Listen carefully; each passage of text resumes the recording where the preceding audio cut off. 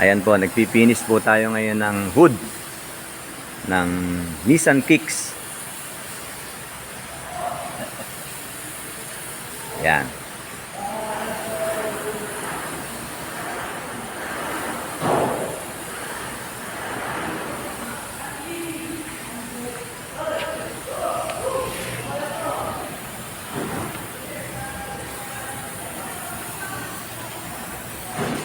Para lang pong naglalaro, ayan.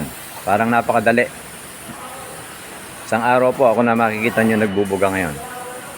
Magpapaturo tayo.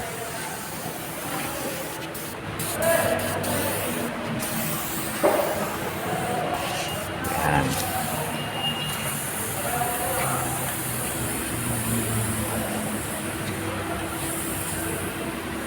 Hindi ko po pinakikita yung nagbubuga kasi po senior na to. Kaya hindi ko na pinakikita. Yan. Yan po yung inner part ng hood.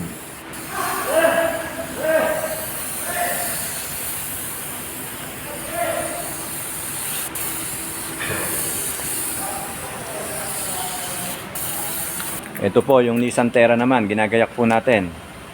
Isang side po yung bubugahan dito.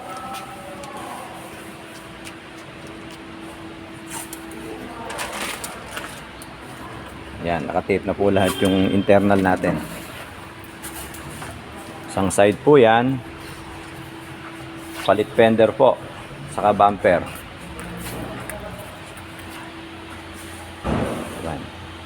Proportion po tayo ng hood yan. Ito po yung bumper nya. Yan. Yan po yung unti-unti na pong nayayari ito. Medyo mahirap po kasing trabaho pagka mga old school unit.